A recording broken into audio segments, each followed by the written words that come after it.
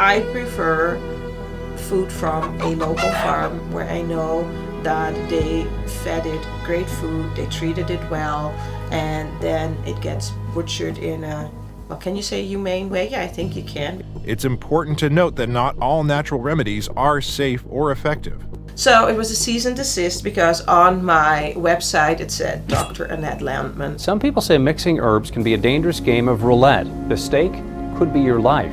I was in bed, I would say 23 hours out of the day. I needed help going to the bathroom because I didn't have the energy and the balance to get there by myself. Annette Landman, you have been in the natural healing space for how many years have you been? Practicing at our clinic, my goodness clinic in Florenceville, since 2019. But it's been a journey before that.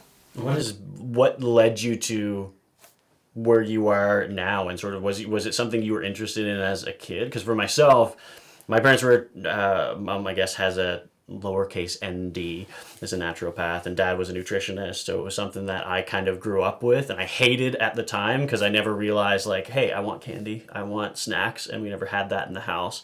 And then as I grew up, I started to discover more and more the benefits of organic foods and natural products and natural healing. That was not something that really I learned through my parents. So what was your introduction into it? Well, I can tell you what it was not.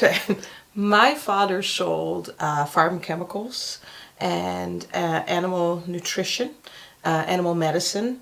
And so there was no awareness of what is holistic, what is non-chemical. Everything needed to be sprayed. I lived in an environment where it was farming county. So I had never heard of organic farmers back then. I don't think we had them growing up. I grew up in Holland. When I was 14, 15, I started to have migraines, and the only resolution was taking an ibuprofen, something like that, but it didn't really help much, and they kept on coming and they kept on coming, and a family doctor was like, here, you got some medication for migraines, and that stuff made me horrible sick. It was worse than the migraine, so I could really not function properly, and I thought, this is ridiculous. I'm young, what's going on?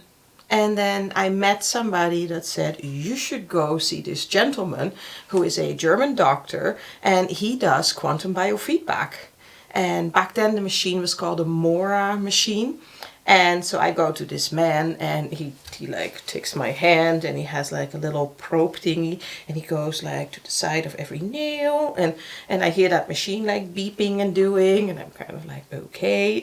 And he's like, oh, I figured it out. And okay, what have you figured out? He's like, well, you are like overloaded with all kinds of toxins, so we really need to work on that. And I'm kind of like, how did I get these toxins?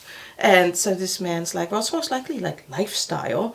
And I'm thinking, I'm not a drinker. You're a healthy person. Right? I assumed, yeah. But still not thinking that like the whole living environment, back then they still sprayed chemicals with airplanes on farmers' fields.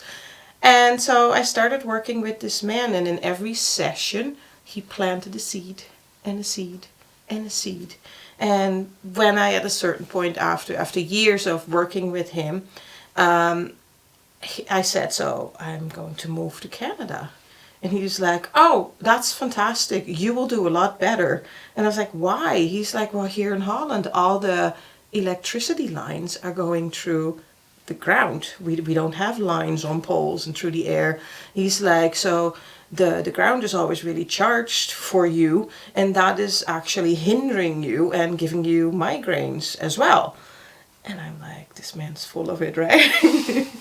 So I get to Canada, and no migraines, no headaches. Things were better. So yeah, so it's been a long journey for me to learn, and for finding practitioners to plant seeds, jumping into educations, learning more. Yeah. What are your certifications in your education? Oh my gosh, like if you look at, so you have to display them in your office. In my office, it looks ridiculous. I don't know. Somebody counted them last week. I have 16. I think my biggest ones are, I have a PhD in natural medicine and a PhD in integrative medicine. I'm a naturopath. I'm an Ayurvedic practitioner. I'm a doctor in humanitarian services. And there's many more. But yeah, that's kind of, it's all holistic. What has been the biggest thing that you see clients coming to you for? Is it just, hey, I don't know what's wrong with me, my doctor doesn't know what's wrong with me, and then they're just like, help, I heard that natural medicine is something. So people never come to me at the beginning of a journey.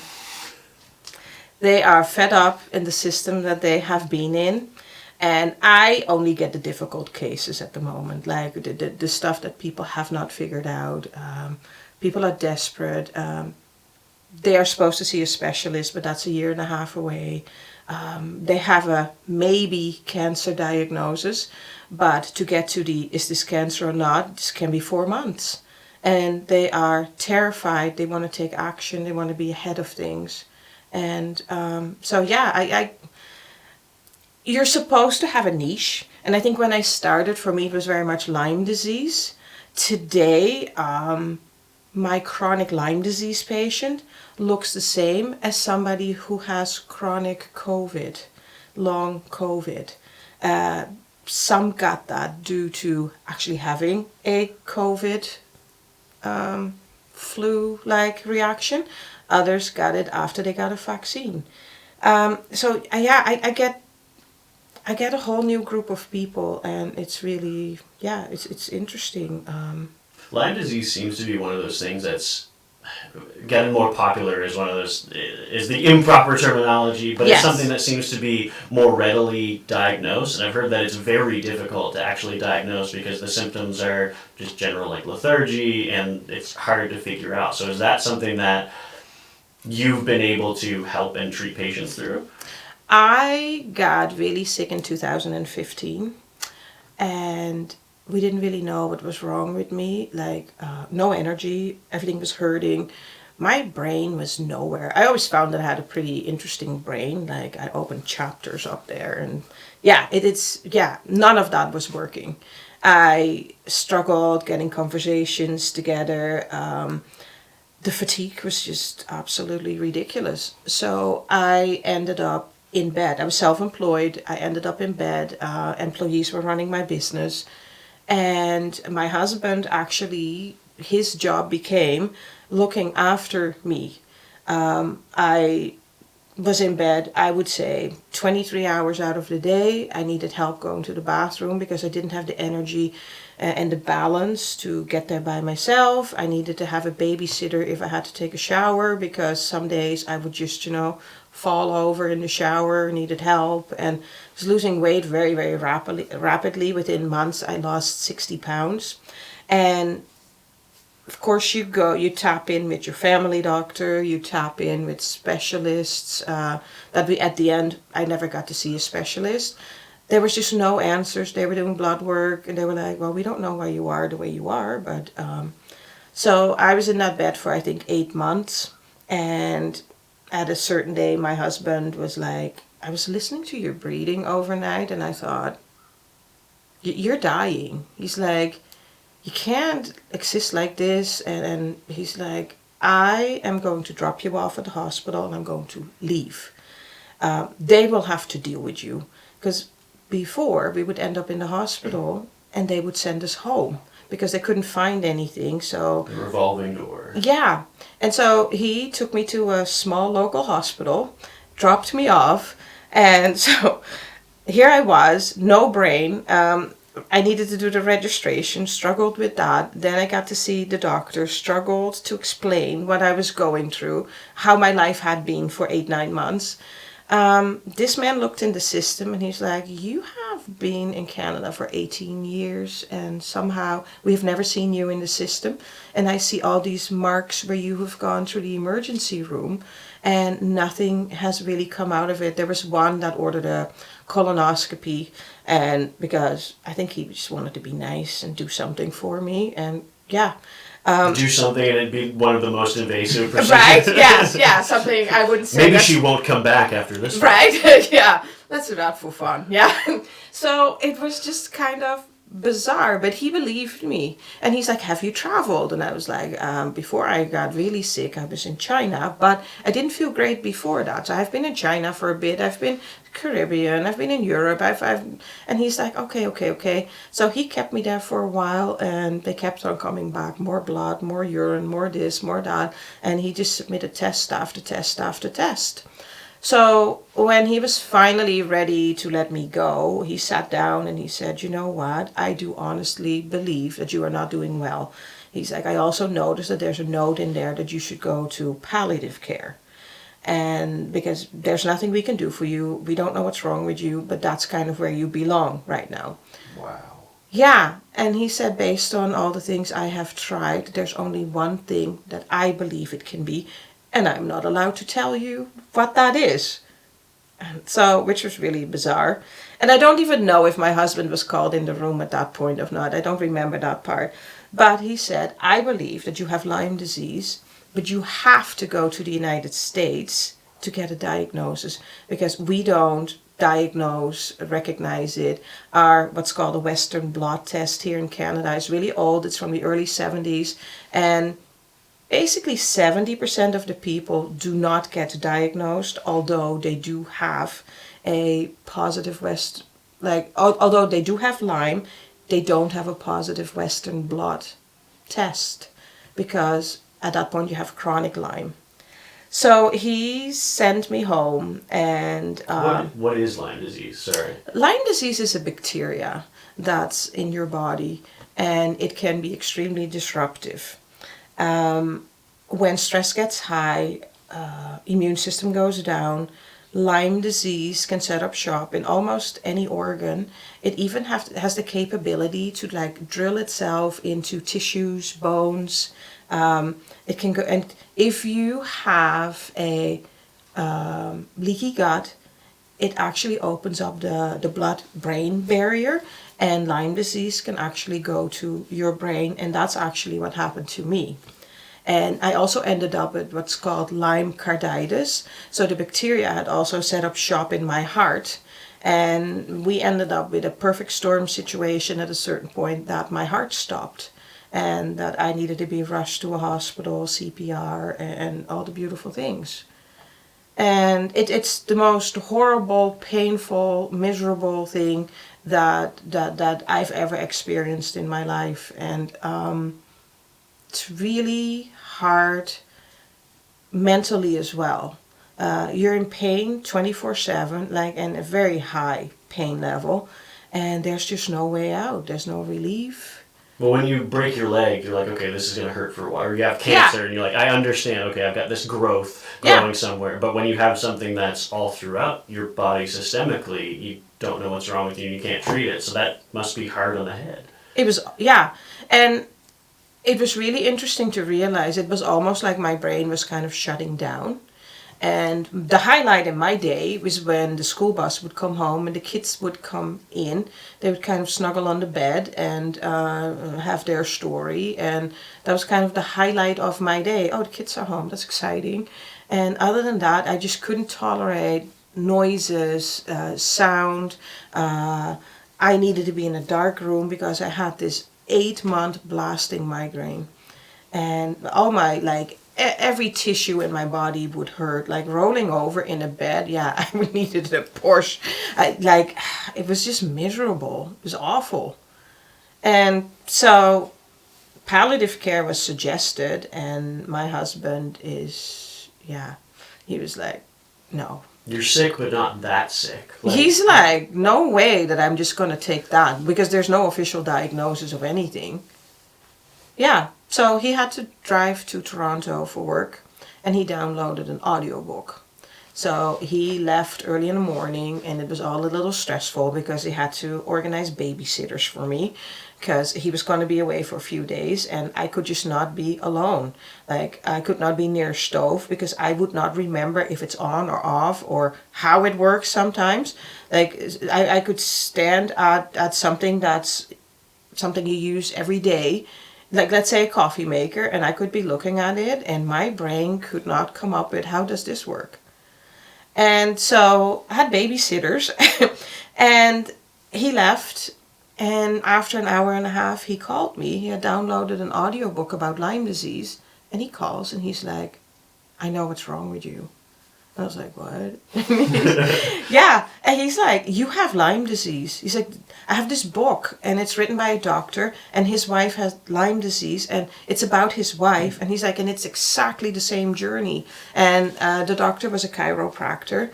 And so he's like, I'm going to listen a little bit further. Calls me again after like 4 hours. And he's like, so I spoke with this doctor's wife. And I'm like, what? Yeah, he just went on Google and he figured it out, and he called, and the wife was now actually the assistant to the doctor, and he said, we need to somehow come and see you. And she's like, okay, tell me what you need.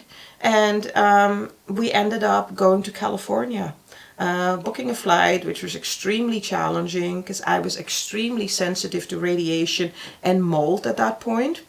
And mold would give me anaphylaxis, it would give me blasting migraines. I was exhausted, I didn't have any strength in my muscles. It was like the most interesting journey we've taken, I think. And we ended up in California, and in one morning they diagnosed me with 5 things that I didn't know I had, and if I would have known it, I could have basically started mediating this at home. Yeah. Do you manage it now still, or is it something that you've gotten past? My whole life has changed. How I live, how much stress I allow, the kinds of foods I eat, my whole lifestyle, EMF, exposure, everything has changed. We've adopted a whole new lifestyle. So every day I live with the awareness that I need to keep my body as healthy as I can. So yes, do I have symptoms? No, I don't have any symptoms. I'm actually doing great. My brain, it took a few years for my brain to really be back to what it was, but my brain is great. It's amazing. I have the energy. My body is great, but it did do damage. It damaged my thyroid. It damaged my liver. Liver's much better now, but thyroid, yeah, like you have to see it like there's scar tissue on it basically. And yeah, I live with an awareness of what I will absolutely not allow for my body. All because of the late diagnosis of something that is treatable, obviously, Yeah. and can be taken care of. Yeah, and the horrible thing is, if you go to the hospital and you get diagnosed with this, the horrible thing is the type of treatment they do now. They do like years-long rounds of antibiotics, like the titrating it, and it ruins your gut. So maybe your bacteria is dead, but then your gut is ruined. Well, health starts in your gut, man. So the people that go through it, and if they, like I healed with only only the holistic side, and also the mental emotional side needed to be addressed as well. But if you just go to the hospital and you go for years and years and years on rounds of antibiotics, yeah, I don't see any positive resolution in that. That's frustrating because I've heard so many different stories with regards to our healthcare system in Canada, which is awesome. We have socialized medicine. It's amazing. We don't have to pay for it. We pay through our taxes. But to hear that and then have systems like MAID in place, that is arguably, I would presume, that would have been what your offer would have been. Oh my gosh, yes. Today, if this would happen to me today, yes. And you know what? I knew I had kids. And, you know, and I needed to push through for my kids because they could not be without me. Like, I knew that, and it didn't matter how miserable the day was. I wanted to show up for them, and I needed to get out of this to see their life evolve. And, but I know many people at a certain point, I understand when you're like, oh my gosh, I can't do this. Yeah, totally understand it. No judgment. there's a number of people that I've heard from recently that the allopathic medicine system just doesn't work for them. Somebody recently that, actually I was talking to her boyfriend last night, she has cancer, and their treatment wasn't the typical treatment that they normally like would go for. You hear that most people would either be radiation, would be chemotherapy, Yeah. and she didn't want to go that route and ended up searching far and wide to be able to find a doctor that would treat her Good. properly, and they've been only treating with ivermectin and fenbendazole, so with antiparasitics, which is something we don't talk about. That's something that even throughout COVID, that like ivermectin was faux pas. You don't talk about ivermectin, it's horse paste. And that to me is just wild that our medical system can flip-flop like that. Yeah. I used ivermectin in 2017 to overcome what I was dealing with. And I knew at that point that it had won a, what do you call it? A Nobel Prize. hasn't it? Nobel Prize for medicine. And not just for parasitic therapies, but also for many other things as a cancer fighter. So I was already told that in 2017, and it was part of my journey for a very short period of time. It was still a pharmaceutical, and so I used it for a very short period of time, and then I went into, I found a new company that took a scientist, so the guy who runs the lab, from a pharmaceutical company, and said, hey, these pharmaceuticals, they are based on natural things that they find in nature. They're based on plants, many of them are. And the guy was, yes, that's right. And so they were like, so then you get this plant and you have to create a chemical component that matches all that. And because it's then a chemical, they are allowed to slap a label on it and register it and patent it. And he's like, yes, that's right. So they were like, if we hire you, can you help us with the natural products so we can put out a supplement line based on natural products that really work? And the guy said yes. And I met this man a few times, and very interesting guy. So he said, there's a product, it's called, there's a plant, it's called mimosa, the Mimosa pudica. And he's like, you need the seed from that. And the Mimosa pudica seed will help you to expel biofilm and parasites. He's like, make sure you get the seed. And so we're like, okay. So we managed to get access to that, and I started taking it, and it was unbelievable what my body started expelling. And then it was also unbelievable how my energy came back. I had been drinking lots of like smoothies. My husband was making smoothies every day for me for nutrition. I couldn't really handle meals, and my body could actually take the nutrition out of that, and my energy levels were building up, and yeah, life was becoming a lot better. And I think I took that Mimosa pudica for 6 months, and it's unbelievable what my body decided to let go of. And so I was kind of hooked on this man and his science, and this company, I think now they have 14 or 16 products out there. So they went back to nature, retrieved what the pharmaceutical was based on, and are releasing all these products. Why do you feel that so many people are opposed to those natural methods of healing? Like, it's very true that a lot of those things, like I think of even like salicylic acid from willow bark, and different, like so much medicine is derived from natural things. Yeah. Why have we gone so far away from that? Even so much to say like, oh, that's voodoo, that's crazy, those aren't actual medicines, you need pharmaceuticals. Well, we have been brainwashed like that. That's the simple version. Like my mom, what the doctor would say was gospel. Like if the doctor didn't suggest you take this or that, then you don't do it. My mom ended up with colon cancer. I think it was 2019. At the end, she passed in 2013, and many discussions with her, like, Mom, you're taking this chemo, you've had the surgery, you're taking the chemo, you're not feeling great, you don't have quality of life like this.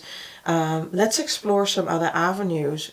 Mom, maybe we should adapt your diet a little bit right now since you're going through this. And she was like, oh, I don't know, I would have to ask my oncologist. And then she would call me back and she'd be like, no, I saw the oncologist and I asked him and he laughed in my face because nutrition has nothing to do with healing or chemo. And then I was done. That's as much as she would let me in with my ideas. And it's all brainwashing. At the end, a week before my mom passed, she said, hey, do you think we could like call somebody that you had kind of on your list? And I didn't have the heart to say, Mom, like, look at you. It's too late. It's too late. I didn't have the heart to say it. And I said, you know what, Mom, let me get right on to that. And actually the same day she ended up in a coma, and she was in a coma for 6 days, and that's when she passed. And I cannot say that I could have saved my mom's life from cancer. I don't make statements like that. Could I have made my mom's quality of life better? I absolutely believe that. Where did that failing start? Because if the doctor isn't willing to provide those types of options even, right, and if we see the doctor as sort of this holy grail of, okay, that is the only, what they say is Bible, and that is how we're going to proceed, that seems to be a failing of the education system then, of what they were taught, whether they're not taught enough nutrition, which we know that doctors aren't taught nutrition like at all, but also with regards to just the holistic look at medicine. Yeah, well, look at our food supply.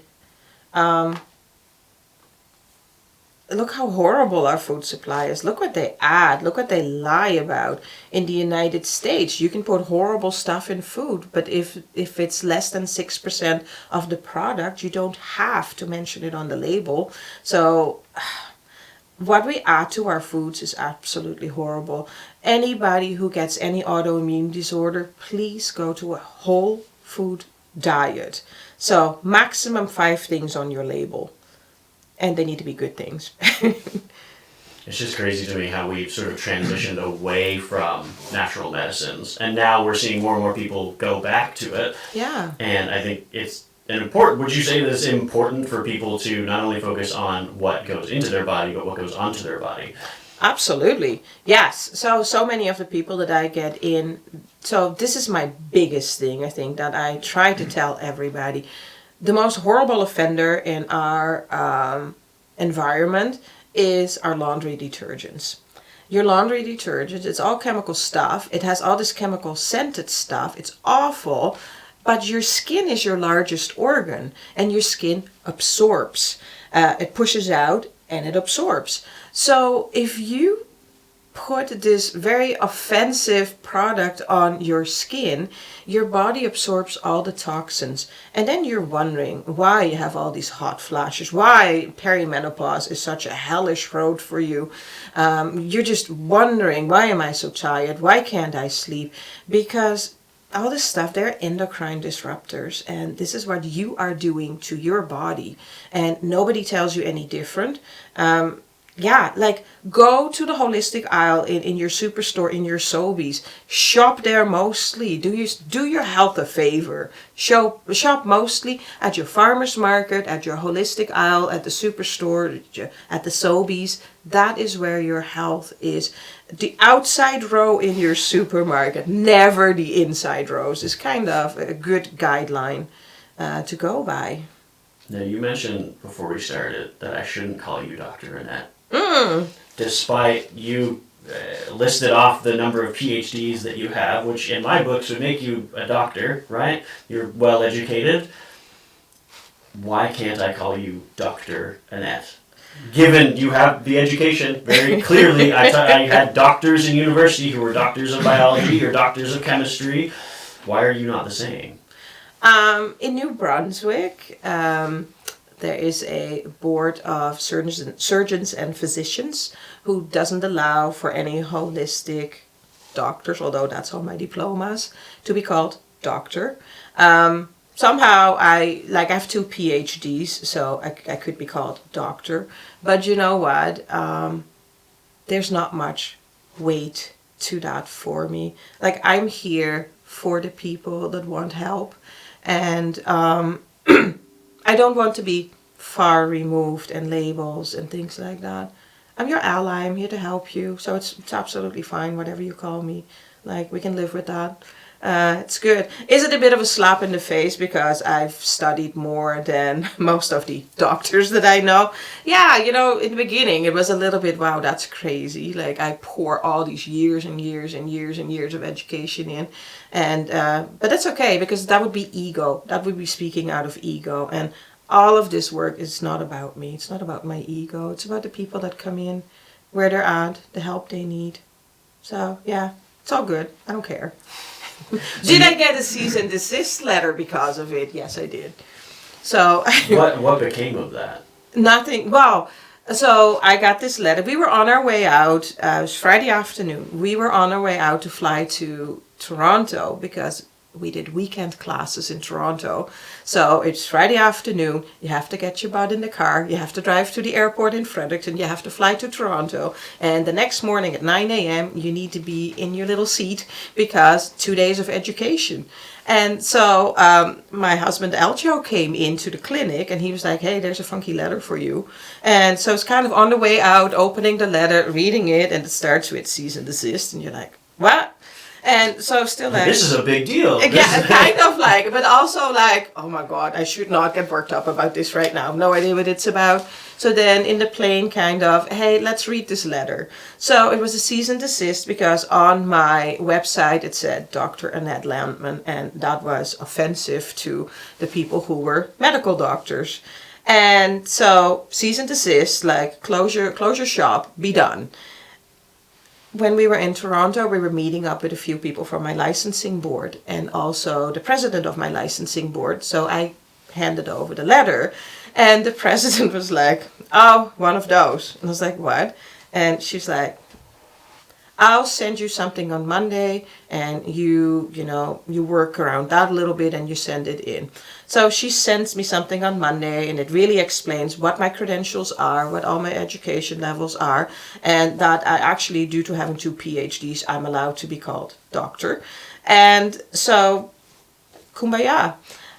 I send it in, silence for 3 months, silence. And so I was like, I have no idea if they got it. I really don't know. And then I got a letter from their lawyer and it said, oh, thank you for complying. All is well.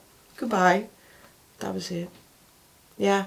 So the president of my licensing board said that many are so intimidated by letters like that that they immediately shut down their business. Yeah. What's wrong with our medical system where the ego, and that to me sounds like an ego thing, right, coming out with regards to a title. Like if you're helping people, that should be, you should have credentials of how many patients that you've helped and seen, rather than being concerned about a label, 2 letters in front of your name. Yeah. It's no big deal to me today. Not at all. No. Doesn't matter. Like, yeah. It's but it's interesting because there was also a local nurse practitioner that tried to report me and start something only because I had helped one of her patients that she had not been able to really understand what was happening. And when I got that person in, I use a quantum biofeedback system. So it kind of hook you up, it straps around your ankles, your wrists, and your head. And the system has frequencies in it. And it sends these frequencies to your body, and your body is just going to say, oh, I recognize this, I don't recognize that. So let's say I send the frequency of a Lyme bacteria in. Your body says, oh, I've seen that, or I've never seen that. Or it tells me, oh yeah, my liver looks just like that, which is great, that's a healthy liver. Or it says, oh, my liver looks nothing like that. Is it a diagnosis? No, but it's a great guideline for me to see what is somewhat out of balance, so what could we be dealing with. So for that person I kind of found the imbalance and the root cause, and we started working on that, and she could come off all pharmaceuticals after a couple of months because she was well. And the nurse practitioner was upset about it and reported me, but nothing came from that. But it's an interesting mindset to me. Like, should you not be in this, let's call it business, because it is business, to help people? Should your concern not be the outcome for that person instead of who done it. Yeah. And it feels like for much of our medical system, and I don't know if it's overworked or underpaid or what's wrong with the allopathic system, but a lot of it appears to be treating symptoms more than actually treating patients. And I find it difficult when, I mean, as somebody who likes to find the root cause of things, I like to see why something is broken rather than throw it out, because we live in such a disposable society that we throw out just about everything. If it breaks, you just buy a new one, order a new one. Whereas with your body, you've only got one. Right. So it's better to get to the root cause rather than slap Band-Aids on it. And that's what a lot of pharmaceuticals end up being, whether it's SSRIs or other medications, that it's just, okay, we're going to slap a Band-Aid on it and you're going to be fine. Yeah. Whereas now we know with regards to broad-spectrum antibiotics and using them too much can be really bad for your microbiome, or even SSRIs, especially using them for too long, can be really dangerous for your overall mental health. Yep. Yeah, absolutely. I agree with all of what you're stating. There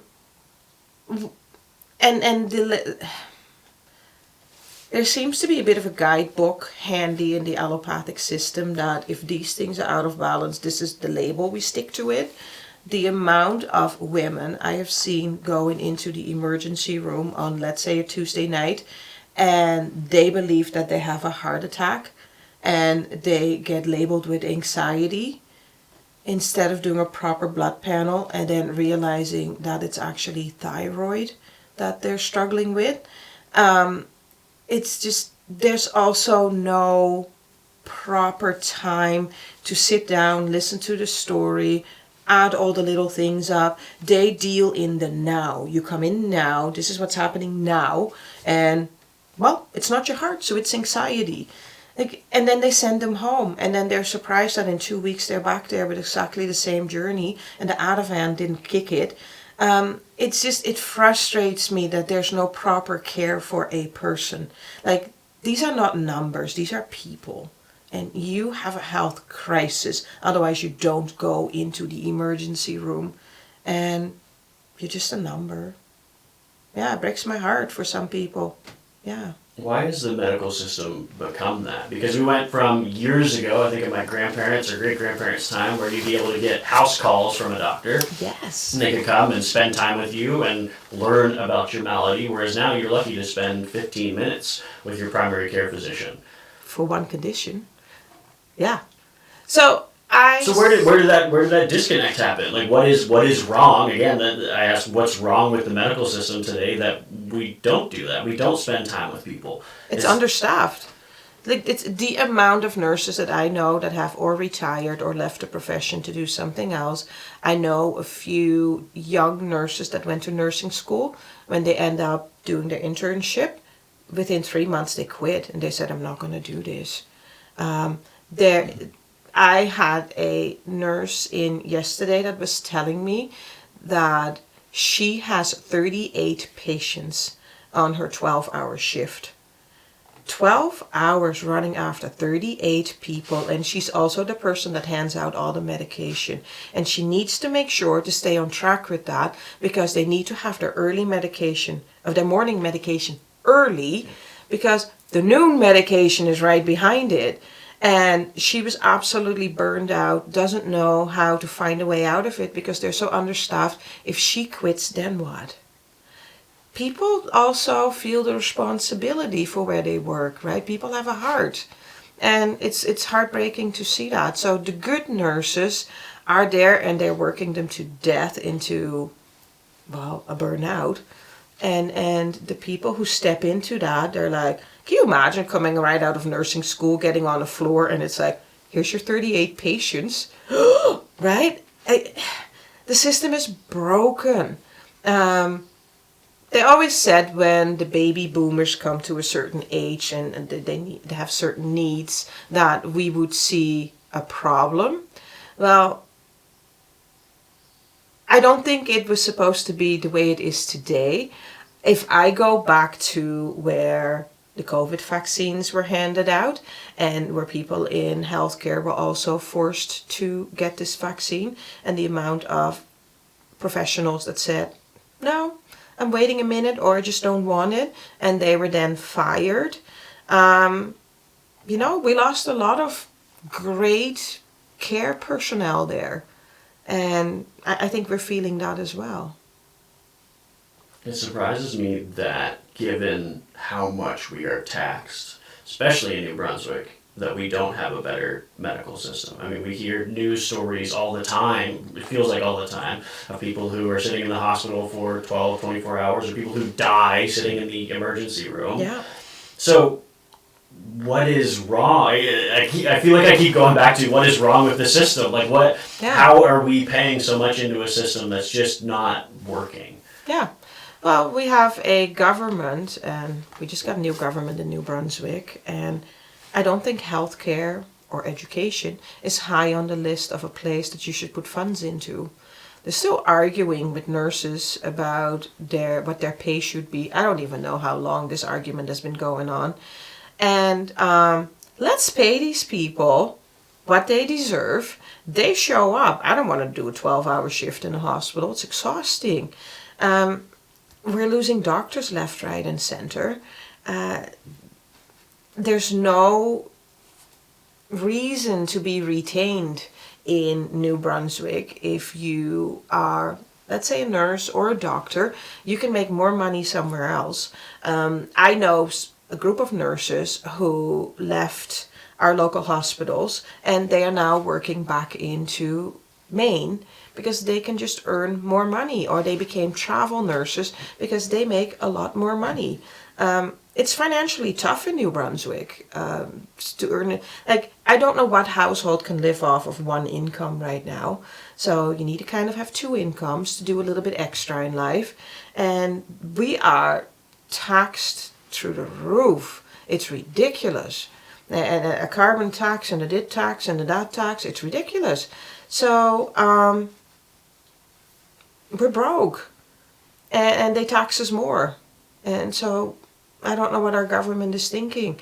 They don't have our first needs should be proper nutrition, good health care, and education. Those first three basic needs are not being taken care of by our provincial government. More and more people are looking towards, even ourselves are looking towards homeschooling our kids for that very reason, that we feel we can probably do a better job given our background of education than what current teachers are today, which I think unfortunately many get labeled as glorified babysitters because they're not given the tools or access to the ability to do what they should be doing, especially if they have a heart for kids. And similar to nurses, like if you're able to take care of your patients, or able to take care of the kids, but if you've got 30 plus that you're trying to take care of or trying to educate, somebody's going to fall through the cracks. And I think more often than not, it ends up being a watered down education or watered down medical system, as we're seeing with nurses that aren't able to take care of their patients. Yeah, well, look at our boys. Look at the boys, elementary, middle school age. Our boys are struggling. Many get diagnosed with ADD, ADHD. Our school system is not geared towards that. If you look in England, they have boys' schools, girls' schools. Boys' schools educate in a different way. For the first, I think, 3 or 4 years, it's more play education, and then it's more to sit down and learn. The girls are okay with sit down and learn from day one. Boys need to be educated in a different way, and boys have just totally different needs. With what they all add to our foods, I think it spikes ADD and ADHD massively into our children, and boys are more sensitive. I'm not saying it's not happening to girls, but we need to address that. Like, I know RFK is cleaning up the food supply, and people don't understand what he's doing, and that breaks my heart a little bit because there's a lot of pushback there. But RFK is actually making big changes in the United States to make our children healthier and make North America healthier to live in for our children. And a lot of people don't seem to understand or see that.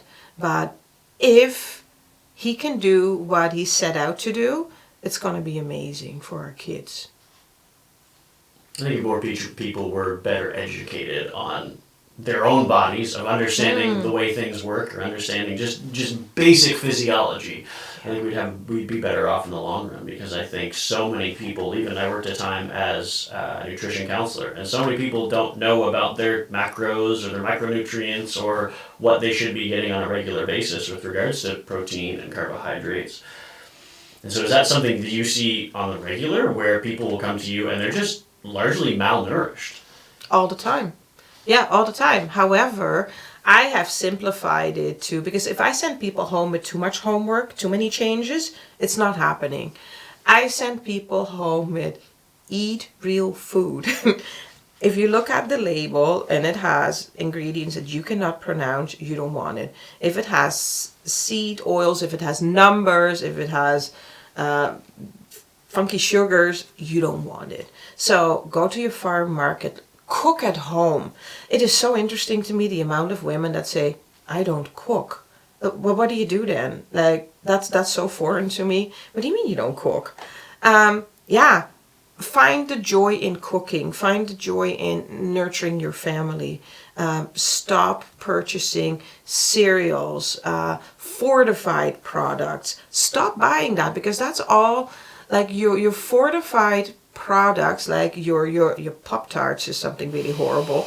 The cereals you buy, that stuff, it has added chemical vitamins in it, and most of them are based on a folic acid chain, and if your child is somewhat ADD, ADHD, that will spike them through the roof. Stop doing that. Like, watch what you feed them. And maybe we need to go to a level where we sit down with our kids and we let them eat the worst garbage food on the planet. You want your roll-ups or whatever it's all called, your red dye, your blue dye. You want that? Knock yourself out. Let's say the morning after Halloween, this is what we're doing. And then you ask your kid, how do you feel? Well, one will most likely be spinning up and down the stairs, and one will have a headache, and one will have a tummy ache, and the other one will be exhausted. Ask them how they feel. Help them assess that. And then the next day, you're going to cook a wholesome meal at home, and you're going to ask your kids after that, how do you feel after eating that? Make them connect with their body, because I think that's what I see mostly, that people have no connection to their body. I can ask really simple questions. How does that make you feel? Does it upset your stomach? What are the foods that you don't tolerate? People are like, I don't know. I've never thought about it. So yeah, maybe we need to start even in kindergarten earlier, talking to our kids. How does this make you feel? And then you already eliminate the stuff that they should not be eating. There's such a disconnect between people and their food. There's something like 1 in 4 families grew up on or near a farm. What was it, 100 years ago, and now it's less than 1 in 100 grow up on a farm, and so you have no idea where your food comes from. And that's something that I keep running into more and more. Not only are people not familiar where their food comes from, but like you mentioned, cooking and knowing how to cook. I had the executive director of the local food bank in last week, and she said that there was a young gentleman who came in and was excited that he learned how to make toast for the first time. Oh. He watched a YouTube video. He was 18 years old, watched a YouTube video on how to make toast. Yeah. Like, awesome. Hell yeah, good for him. But at the same time, how do you get to 18 years old without anybody teaching you? That's Either terrifying. Your parents, whatever. And that's so sad. Yeah. That so many, I think, of the newest generation, I think it would be Gen Z or Gen Alpha, have no idea how to cook because it's just not been a priority. There's always been food around. You can go to McDonald's, you can go to Dairy Queen, you can go to Subway if you want something better, supposedly. But so many people have no idea how to cook anything. And so I think we're seeing that in our healthcare system, is that people are getting sicker and sicker because of that. Yeah, and it's interesting, when I came here in 2000, when I immigrated from the Netherlands, Woodstock was kind of the first place I got introduced to, and I was like, oh, drive-through, fast food. And so I asked my real estate agent the question, like, how do all these places like exist? How can they be financially viable on, I don't even know how many people lived in Woodstock at that point, but like, how can they all make a living? And he's like, what do you mean? It's like, well, how often do people do this? And he was like, Oh, daily. Like, or you, at least daily you get a coffee or you get a hamburger or you do this or you do that. And I was like, daily? And he was just like, yeah. And it was such a foreign concept to me. We did not even have a McDonald's close to where I lived in Holland. Like, you had to go to the city to find McDonald's, and then we would all be like, that's gross. Like, so, yeah. It's mind blowing how that has become our kids' normal. I think our kids were somewhat lucky that I got sick because they really had to help. And our daughter was already really good at making her own smoothies and helping in the kitchen. And our boys didn't always like it, right? But at a certain point you have to. You all have to pitch in, and they did. And they can all cook. And yeah, don't have to worry about them. But it's wild the amount of people that have no sweet clue how to boil a potato. Yeah. How to cook anything. Can you imagine being the food banks, sending somebody home with this bag of groceries, knowing that a week from now, maybe all the fresh vegetables will end up in the garbage because they have no idea what to do with it? That's heartbreaking. That was something in another interview we talked about, how people would be given a turkey for Thanksgiving or for Christmas, and they cook it and they eat it, and then they throw it out because they don't know how to use it or preserve it. Yeah. They don't know how to use it for sandwiches or to use it in a soup or whatever. Right. And so just not having that education. And I don't necessarily fault anybody for not knowing that, because somebody should have taught you along the way. Yesterday I had a lady in, and she was in her 40s, and we have whole chickens in our freezer. And so I said, no, I cooked my chicken on Tuesday, and then on Wednesday I made bone broth, and I canned it. And so I'm just talking, and she's like, hold on, what? What's bone broth? Okay, I'll explain to you what bone broth is. So it's like, it's great in collagen. It's great for your gut. It's great when you have like, when you know your stomach is somewhat out of balance, amino acids. Yeah, it's great for you, bone broth. And she's like, oh, and what did you do? And I was like, well, I used my chicken bones and I boiled it for 24 hours. I added some herbs, spices, some veggies, and so she's like, so where did you go to get the bones? I was like, well, I cooked my chicken. I peeled all the meat off of it and I put all that in the fridge. And then I had my chicken bones and I put that back in the pot, added water, added a lot of spices and things. And that's where my bones came from. And she's like, that's just wild. Who does that? And I was like, but I think we've always done that. Generations before us had bone broth because you use every piece of the animal because it's an animal and you killed it. And now you need to honor the animal by using every single piece of it. You don't be wasteful. Yeah. That's such a foreign concept to so many people now. It's just is. having not only that respect, but that even necessity of knowing, okay, and this is the only food I have. I need to extract as much nutrients as I have to be able to utilize that because we have food abundance. Mm-hmm. But somehow, the latest statistic I saw said 58% of food grown in Canada gets gone to waste. Which that means the majority of food that farmers are growing in their fields just go to waste. Just gets thrown away. That knowledge hurts.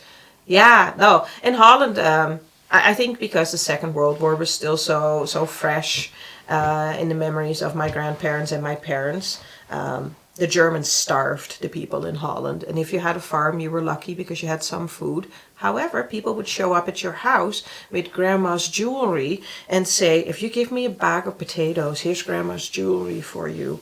And my grandfather was a man that would say, no, I don't want your jewelry. Here's your bag of potatoes. We have plenty because we're farmers. But that was so ingrained in us that you are never wasteful with food and you are always appreciating the food that ends up on your plate. I'm sure it's different for our kids, right? Because like the next generation, the emotions water down a bit. But I hope we taught them to really appreciate the food that's on your plate. Now you mentioned something that I think is important, and it's been quite an uproar lately. You talked about seed oils briefly. Let's take a quick break, and then we can come back and we can talk about seed oils and some of the bad things that we have in our regular diet. If you like these episodes and you are certainly not getting them anywhere else, please consider subscribing to our Patreon. Go to patreon.com/Homegrown Show, where you can subscribe and help support what we do so that we can put out more episodes and talk to more people, where you can have your say about who comes on the show and some questions that we'd be able to ask. So before the break, we talked a bit, or you had mentioned, I guess, the red dyes and seed oils, and they've become quite popular of late, especially like people using tallow for things, whether it's skincare or like cooking food in tallow. So the seed oil industry, especially in Canada, is a massive industry, massive exports. So if we're talking about this, a lot of people get mad at you and have gotten mad at me for speaking about it, and people try to justify the use of seed oils. Why are seed oils bad for you? Just because how they are pressed. There are, there are basically no great seed oils. I can't say, oh, there are a few that are better. No. They're often not cold pressed, they're often hot pressed, which makes them, what's the word I'm looking for? Rancid. They are thrown into foods at a shocking amount as a bit of a filler, and it's not helping your body. It's not doing good stuff inside your body. So yeah, I would love for people to use like an olive oil, avocado oil, products like that, cold pressed, not mass produced preferably, because that's also a bit of an issue.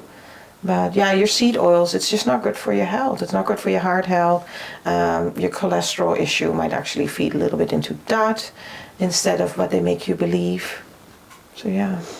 And it's like those things, I find they're heavily concentrated. So if it's a corn oil, then having corn is fine, and there may be good and bad things in corn or anything that you eat. But when you concentrate that, you just need to be mindful of, okay, all of those good things that were in it, and then all of the bad things are also an issue. One of the things that I check when somebody comes in, it's kind of about 5 things that I really want to know. One of the things that I want to know if you have like an overload of mycotoxins in your body, so mold mycotoxins, and if you eat things like corn very often, and it can be your popcorn, your chips, it can be your corn oil in products that you don't even know you're consuming them, that really ups the mycotoxins in your body. Mycotoxins are often things that your body can't really in a natural way synthesize out, and it becomes a problem in your body, and you get like headaches, you get brain fog, and you get all kinds of health issues, and you don't know why. But then when we go back to a whole food diet and you don't consume things like that, you start to feel a lot better over time. It's not overnight, it's over time. That was one of the things that I tried to stress most for clients when I was in the nutrition industry, was to be able to go to fruits and vegetables first. Yeah. Go to whole foods. And then we can focus on, because everybody gets so wrapped up in the, oh, what's the difference between organically grown or no spray or this or that? It's like, okay, you're not eating vegetables, period. Let's start by eating vegetables, and then we can move into organic, grass-fed, naturally grown, whatever. But so many people, I think, get scared by all of those labels, and then you're just trying to jump in and you're trying to justify the expensive meat or the expensive eggs, whereas you should really just be focusing on eating things closer to home. Yeah, absolutely. And a lot of people are exhausted. They come home and it needs to be convenience. I think modern health issues, modern diseases are the diseases of convenience. I think that's really where we have landed now. If I ask you about your body, I analyze your body, and then I start asking questions about your lifestyle, your foods, your rest, your sleep, all those things. I always end up with the things that are convenient but not so much good for your body.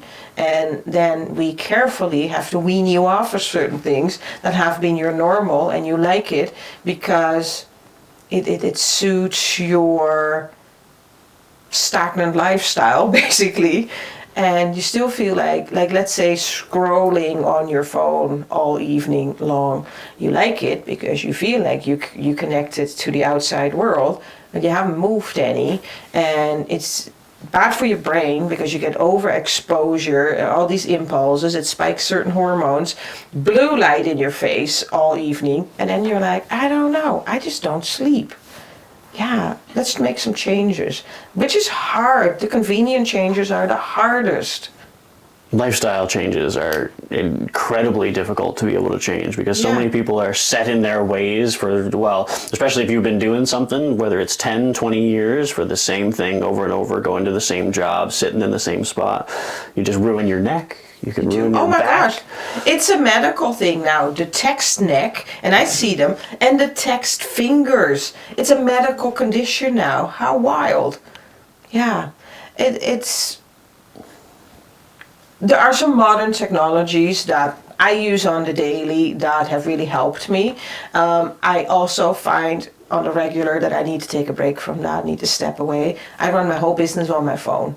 Like, everything can be done on my phone. That doesn't mean that I should be doing that all day. Yeah. So you had mentioned while we were on the break about the necessity of knowing where specifically your meat comes from, but knowing where your food comes from.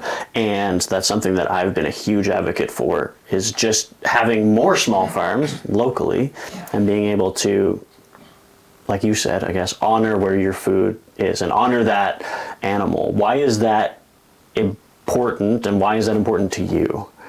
It's important to me because I take in nutrition. I want that nutrition to be the best for my body, and I want for my body to take not only vitamins, minerals, amino acids out of it, but it also needs to have a bit of a positive karma effect on me. So let's say I'm raising a barn full of pigs. And I know that my 200 pigs will go on a truck on Tuesday, and they will go to Quebec, and they will get butchered there. So first of all, I'm scaring the crap out of them by just pushing them onto this truck. So their whole body radiates with fear now. Then they smell on this truck that other pigs have been there. So they're like, oh my gosh, that's weird. More fear. Then they get to this facility, and they smell in the air that other pigs have been killed there. That is even more fear to them. And then they hear the pigs scream that they're going to be killed next. So all this fear affects the tissues.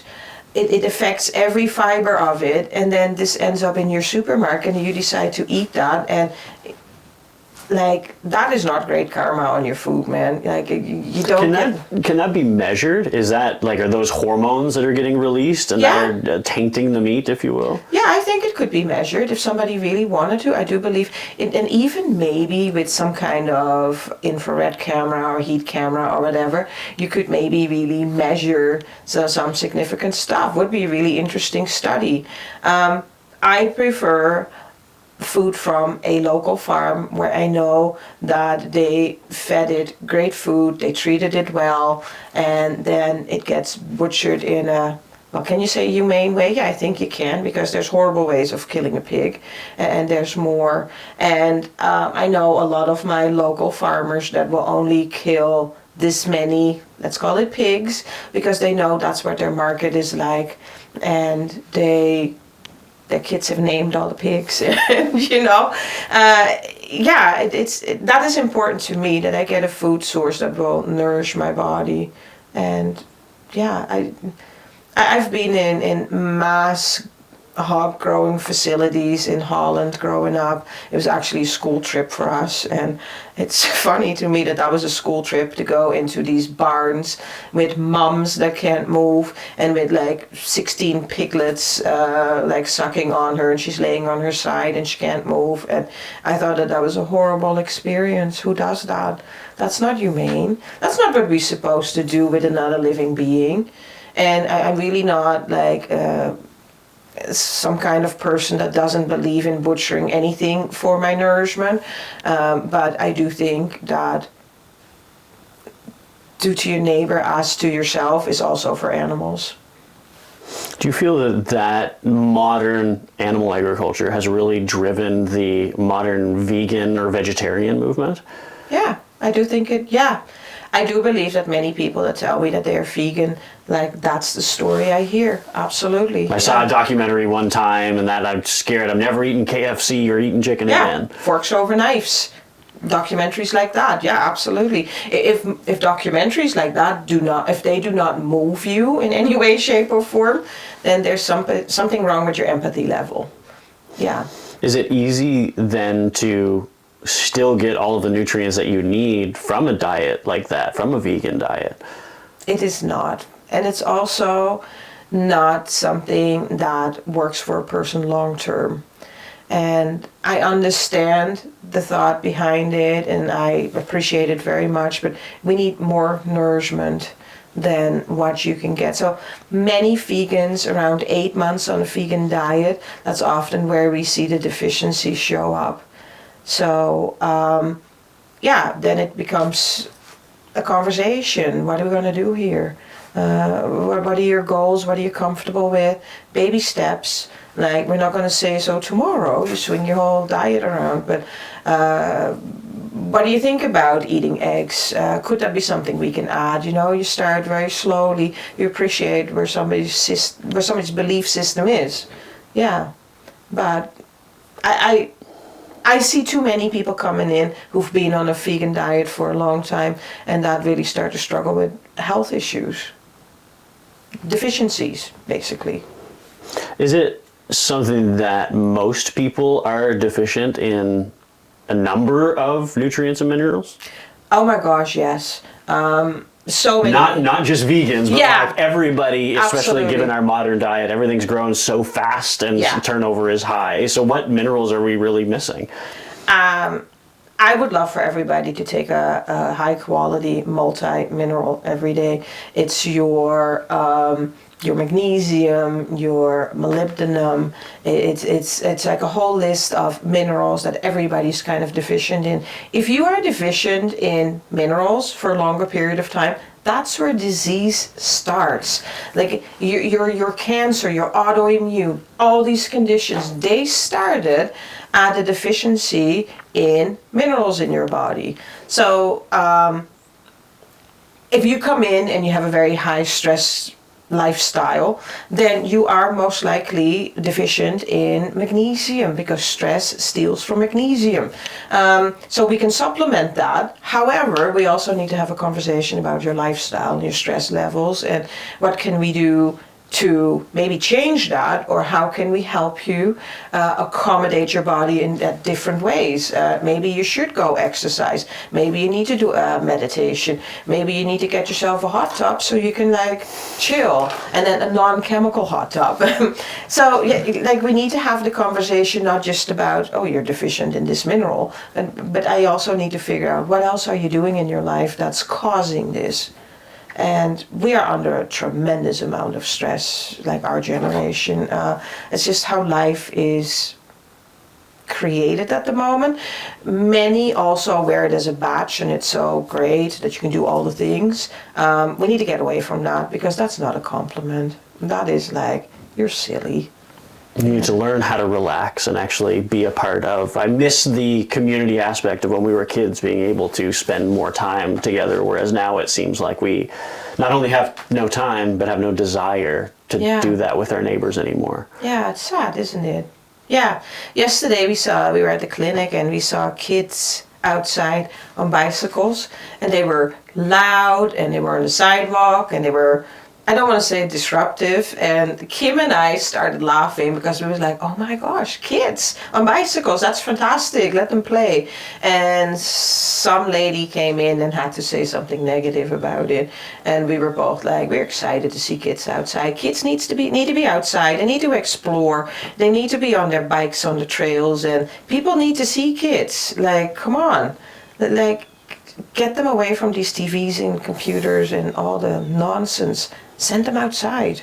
Yeah. That's always been a weird thing for me, where we've, in corporate life or just in our modern life, have tried to shelter away from to show that we don't have a family. That like, oh no, they're not a part of my life. This is my professional life, and the kids don't interrupt that. And then you go home to your kids. Whereas that, like, there's no work-life balance, I guess, in that point, where kids aren't shown. Kids aren't talked about. Yeah. And it's sad that we've really disconnected the family unit from life in general, where your job or your work is a big part of your life.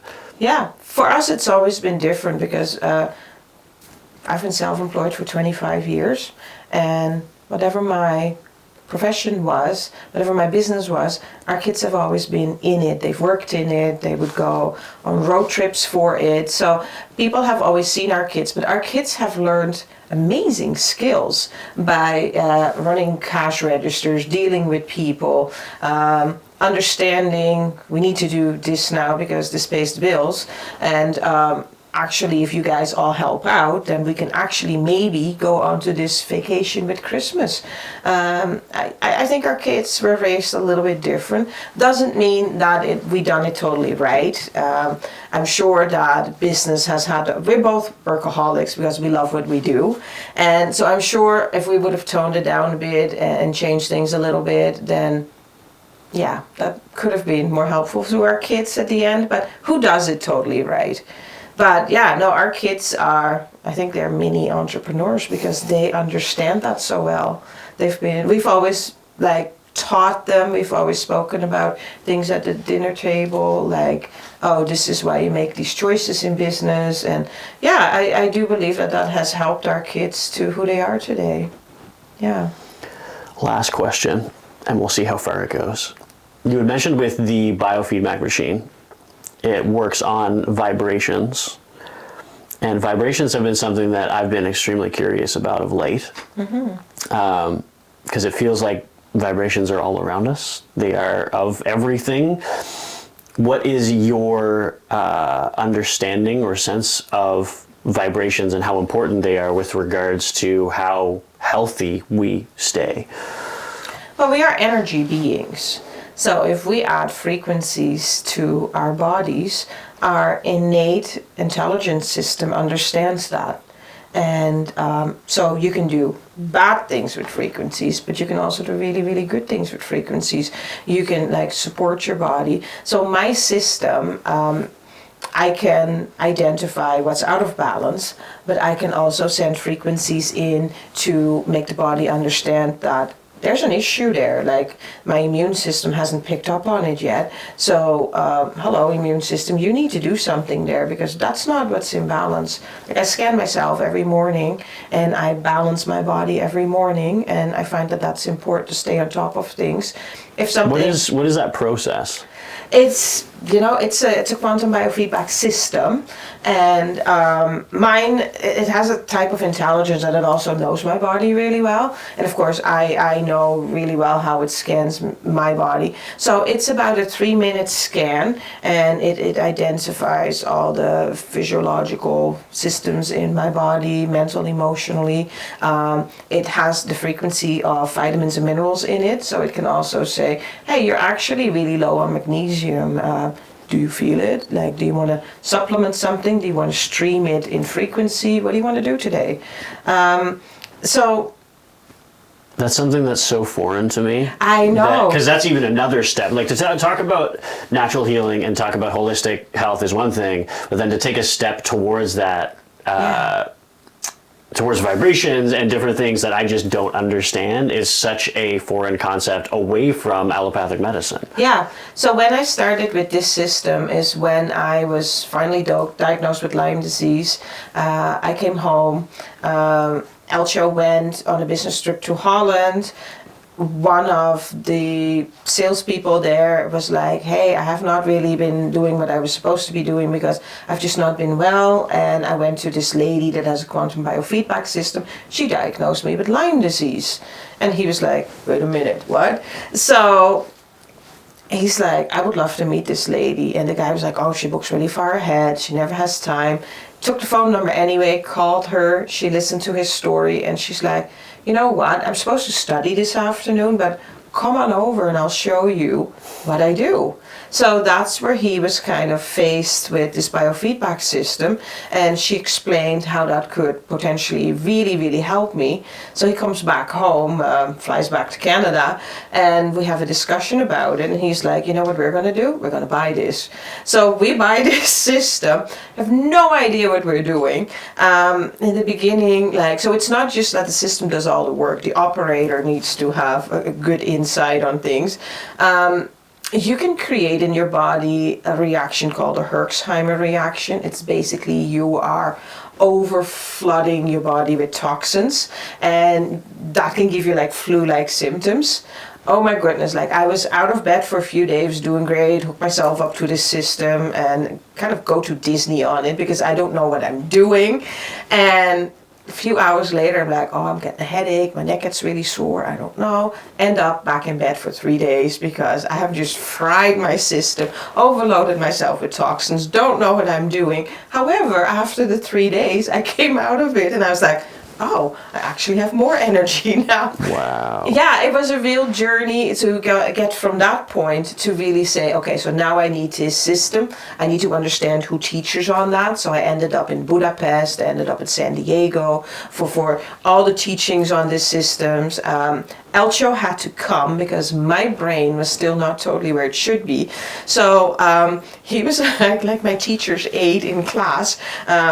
So he was also following it all, that when we would come home and if I would get stuck, then he would be like, oh, this is what we're doing here.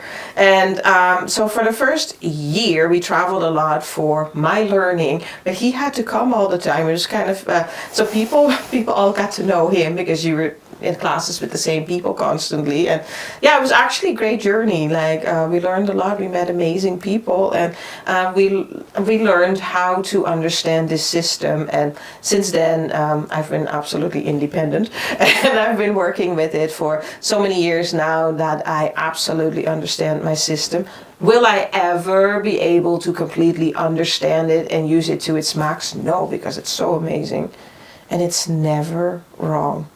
Like, it can be wrong because I don't read all the signs properly. You need to have a good understanding of anatomy and physiology to really put all the puzzle pieces together and to be like, okay, this is what it is then. That the system is never wrong. Sometimes it tells me something and I'm like, I don't know. Sometimes I even have to like look up what it means. Like, what is that? And then I can't really place it. And then a few weeks later, person comes in again and we look at things and they share something. And I'm like, oh, that's what it was. Yeah, so my work is never the same. It's never boring. I learn every day. I'm always studying and I absolutely love it. It's amazing. A lot of people, when they hear the term toxins, I think they try to discount what it means because they don't understand what are toxins and what would be released by the biofeedback machine. Yeah, so toxins are things that we get in through food, air, products we put on our skin, anything that's not natural. We get it into our body. Our liver filters through all this stuff and our liver's going to say, gee, I don't know what this is. I don't know where to go with it. I can hold it in the liver for a little bit. It's a toxin, so let's hold it here for a little bit. If you really start overloading that, your liver gets kind of inflamed. You can get non-alcoholic fatty liver disease. You start gaining weight because you get more and more toxins. The body's like, this is foreign to me, but I think I should hold on to it. So then it puts it into fat cells, so you start gaining weight and you're like, why am I getting so pudgy? And so they're inorganic chemicals that your body doesn't recognize or doesn't have a use for. Yeah, okay. Absolutely. And then if you start on this journey, so the biofeedback system sends in a frequency that says, I recognize all these chemicals, you need to release that. If you don't do that properly, so if you're not pooping every day, you do not want to do that because it releases these toxins. They come into your bloodstream and your urine and stool is supposed to filter it out and make it exit. However, if you're constipated, then your colon wall is going to absorb it again from the stool and it's going to do another cycle inside your body and you're going to feel awful. And that's what I was doing in the beginning because I just didn't know enough. And yeah, I learned all the right ways because I did it wrong on myself, which is good way to learn. You never make that mistake again. Detoxing is something that I think in the West now we don't really talk about as much. I mean, it's more and more becoming popular sort of in different niches, but for a lot of people, I think that people are scared of the term detox. Right. And so even things like saunas or hot tubs, like you mentioned, are so beneficial to be able to get you to sweat, because I think so many people, like we mentioned, have sedentary lifestyles where we don't do anything. So if you don't sweat and you don't exercise at all, you're not getting rid of those toxins on your skin, in your skin, in your body. I'll add a level to that for you. So when they finally figured out what was wrong with me, one of the things was genetic, and it was an MTHFR gene mutation what they discovered. So it meant that my body doesn't methylate things well. That also means that if I get toxins in my body was really not good at taking the toxins out. So it kept on accumulating in my body. I had all these migraines, and it was actually because of all that. So, can you talk about what methylation is just a little bit? Yeah, methylation is how your body synthesizes something that comes into your body to something that's useful to the body. So let's say folic acid, if you take that, which I don't recommend anybody takes, not even if you're pregnant, take folic acid. The next step is methylfolate. Your body should synthesize it to methylfolate. I would prefer if everybody takes methylated vitamins right away, takes methylfolate right away, because it skips a step for your body and it's just better for you. And that's when your body absorbs these nutrients a lot better. And methylated products, the organizations that make these products already understand that you don't put fillers in it and sugars and coloring and whatever. It's just a much better product for you. So if you take all the wrong products, it's like the rest stuff, it doesn't automatically go to your stool as garbage. The body needs to be nudged in a way to take it out. So we start with gentle liver cleansing. We start detoxing from the top down basically, but we need to make sure that the pathways of elimination are open. So are you sweating? Are you pooping? Are you peeing? Is that all working? Then we can gently take, for some people, 60 years of garbage out. We don't want to do that too fast, because then all these toxins will like toxic shock. Yeah, will explode in your body. Yeah, and we need to do baby steps for many people. Yeah, look what we're breathing in outside nowadays. That's all gets added. You can live the healthiest you want. You can eat the most organic food, but we have to question now what we get exposed through the air, like what's actually dumped on it. Although we believe we do the best thing for our body. Yeah, and a lot of our products are so far from natural now that we don't even know what the real thing is anymore. Yeah, I totally agree. Yeah. So we have like a mini homestead, and we try to do the best we can. My husband is a soil scientist, agronomist, so he knows what he's doing. And so it's my job to can and preserve and absolutely love it. And together we try to make the most wholesome meals for our bodies and our environment. Even our dogs pretty much eat holistic now. And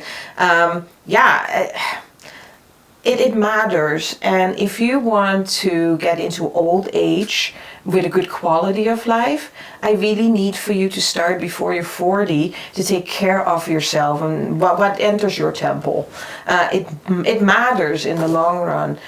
Do you get sick within a few years? Most likely not. But long term, yeah, you need to preserve that.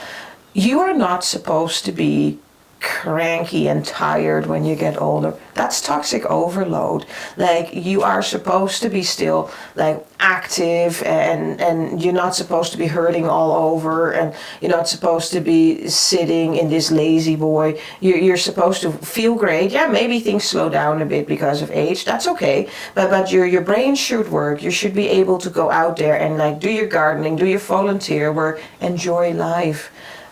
So many people are so overloaded with toxins. They believe it's oh, that's just aging, that I can't move anymore, I can't bend over anymore, that I need to go to bed at 8, that I can't sleep at all. No, that's your toxic overload. We need to do something about that. Look at how many cultures live so much longer than we do, but they have so much more physical activity. They work in the fields until their 80s or 90s, and it's amazing to me that we basically write off grown adults when they turn 60 or 70. They're just like, oh, I'm old, I'm done, just on the downhill decline. Like, sure, you may die, but you've still got plenty of life left. We should be living into our 80s and 90s, especially with modern medicine. Yeah, like look at the Mediterranean diet. Like, that's a great thing. The Mediterranean diet is beautiful. However, you don't live in Greece, and you don't walk up this hill to the Catholic Church every morning to do your prayer. You don't walk back home and go again at 2 p.m.